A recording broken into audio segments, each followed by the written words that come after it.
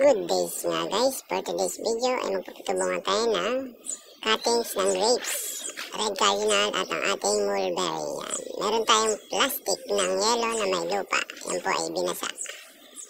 Yan. So meron tayong sibuyas na antibacterial or anti-fungi para maiwasang mabulok ang cuttings ng ating ubas at mulberry. Yan. So unahin natin ang ating ubas. So, yan ang ating cuttings ng ating ubas. Yan po ay 3 pieces lamang. So, mag-try lang tayo magpatubo. Yan. Kiskisin na natin ang ating sibuyas. Yan. Yung pinakabalat lang po na ilulubog ang inyong kikiskisin ng sibuyas. Yan, para maiwasan po ang pagkabulok niya or kapitan siya ng fungi or bacterial dun sa loob ng plastic ng yellow na may lupa. Yan. So, butasan natin. Yan. Saksak natin dyan yung ating cuttings ng ubas. So yan, natapos na natin yung first. Pangalawang cuttings naman tayo ng ubas. Ganun pa rin ang method na gagawin. Butasan ng plastic, kunin ng ubas, lagyan ng sibuyas. Yan.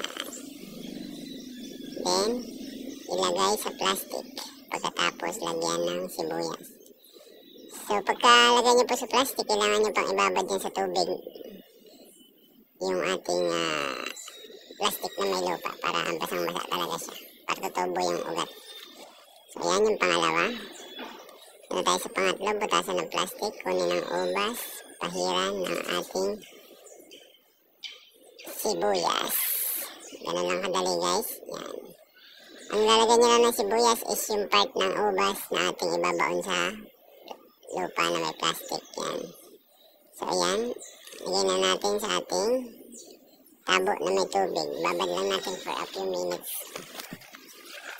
And then, yan na po yung ating berries. Yan. 3 cuttings lang din po yan ng ating mulberries. Try din natin magtanim yan. So, ayan. Kiskisin na rin natin ng sibuyas ang ating mulberry cuttings. At ayan na guys. Kus lang tayo ng onions. Yan. Tusok na natin sa ating plastic na may lupa. So yun na guys yung ating mulberry.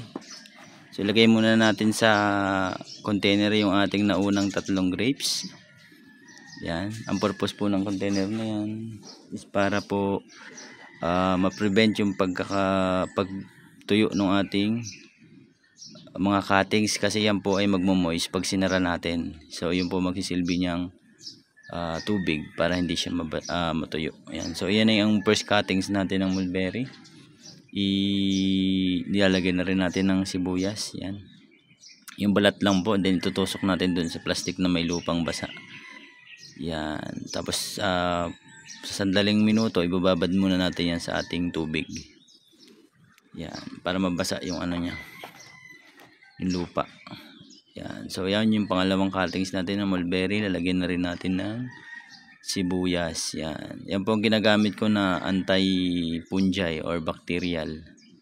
Pwede rin siyang rooting hormone. Subok ko na po yan dahil nakapagpatubo na ako dyan ng cuttings ng gumamela, cuttings ng lemon fruits. Yan. So yan yung pangalawa natin. Tapos na rin. Binabad na rin natin sa ating tubig. So ayan na. And then pagkatapos po niyan, lalagay na rin natin yan dito sa ating container, katulad ng mga ubas.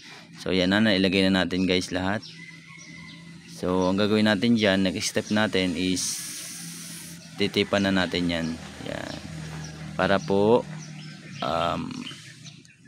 walang pumasok na hangin. So yan po, pagka walang papasok na hangin dyan, magmo-moist po, magmo-moist yung ating container. So yun po yung magsisilbing gamit niya para hindi matuyo yung ating mga cuttings. Yan. Subok na po yan 100%.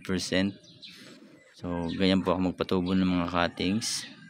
So sa inyo po pwede nyo itry yan, wala namang bayad yan. So para sa akin yan ay proven na.